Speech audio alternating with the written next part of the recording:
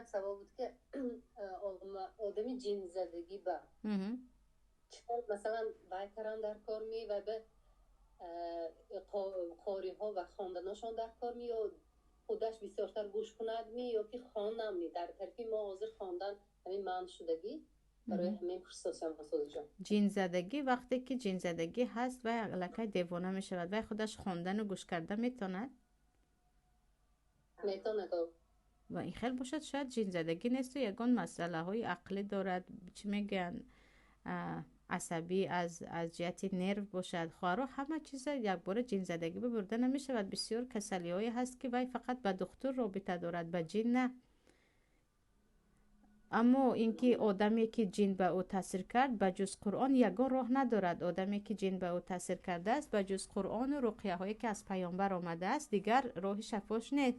در این وقت اگر خودش عقلش به جایش آمده ایستد و میفهمیده باشد خودش را خودش بخواند و زیاد تولا کند به الله که مرا از این جین که مخلوق تو است و نجات ده. پروردگار برای جین شیطان قادر است و عزیز است.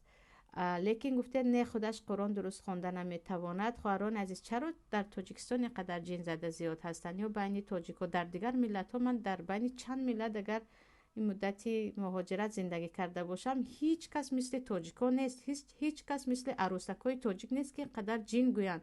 مثل زنهای تاجیک نیست که جین گویند. چرا؟ برای اینکه نمیدونم ما یا از جهت الله ببخشد از جهت بیسوادیمون اینقدر جین رو خیلی بزرگ کردگی هستیم یا از جهت بی‌تقوا بودنمون در حقیقت به ما تاثیر میکند. یعنی همون گونه که مردم تاجیک باور کنه در اجتماع در جایی که من زندگی میکنم هر دویم نفری شوهر کرده تقریبا یا جین میدید یا جین زده میشد یا در خوابش میدید یا سیاهی میدید یا چیزی دیگر. یعنی این چیز عموما یک چیزی تماما در همه جا هر روزه بوده بود.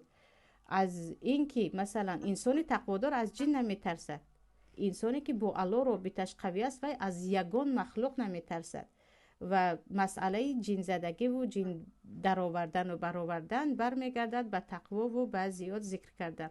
اما بعد از اینکه گفته نه در حقیقت او را جین زده است در اینجا فقط قرآن و رقیه های از پیامبر اومده میتواند آن جین را از او خارج کند که در نزد جمهور علما جین تاثیر کرده و حتی داخل شده میتواند.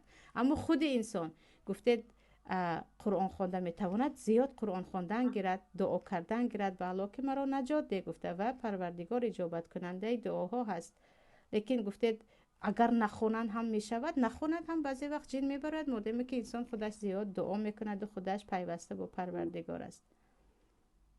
این برای همه انسانی حاضر گفتگیم و خودش خوانده نمیتواند قرآنی لیکن دامولا همیشه گفتن که یک درد کلان ما خواهر شاعره یک مصیبت جامعه ما همین است. وقتی میگیم قرآن را یاد گیرید، وقتی قرآن را یاد گرفتید به شما جین تاثیر نمی کند، بینایش چشمتون خوب می شود، ذهنتون خوب می شود و حتی کودکایی هستند که نطقشون با قرآن خوب شده رفته است. کودکاتون خونتون به برکه می شود فتوا رو شروع میکنن نه فلانی حاجی فلانی کدام گفت که ما با کریلی خونیم هم خوب میشه ثواب میگیریم.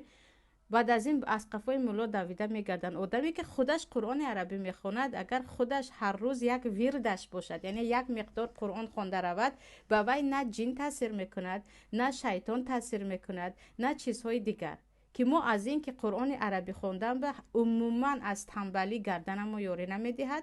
فقط امیدمون به مولا هست که یک چیز شده مولا مرا جین خونی میکند و دم می اندازد و چیز دیگر. همین حالت خیلی گفتم اینقدر حتی مد شده است کی رو نفهمید میگوید. یعنی حتی نفرانی هستند که سبحان الله بیماری شوش دارن یا گفتیم بیماری رحم دارن یک بیماری درونی دارن یک فکرشون است که نه این جین است یا سحر است یا جین است. انا همین گونه یک نمیدونم از جهت عقلی باشد همین چیز در ما زیاد شده رفته است دست. اما گفتید خودش قرآن خواندن نمیتواند داره اون نفر در این وقت آدم بیابان بخوانند انسانی با چی کمتر بیمار خوانده نمیتواند و کریلی هم خواندگی مکتب هم یعنی که خوانده نمیتواند در این وقت جیغ زنید یگانجا ببرید بخونن و حتمی نیست که برای جین برآوردن یگان آدم تخصص داشته باشد. هر اهل تقوا میتواند جین را برآورد.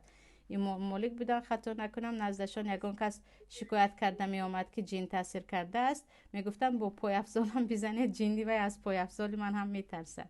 یعنی هر کس که تقوادار باشد بخواند میبراید. و خواهرا جین یک مخلوق الله است. ان شاء الله من دربارش به نزدیکی مفصل صحبت کردنی هستم. اون مخلوق الله رو اینقدر به خودتون بزرگ نکنید که وای دیگر از خودش رود فکر کند که وای شما رو چیکار خواهد میکند. بالای سری بنده الله هست. الله اذن دهد و ما هم بضارین به من احد الا باذن الله میگوید الله. ساحر و جادوگران با آن همه قوت اگر الله اجازه ندهد هیچ کس به ضرر کرده نمیتواند.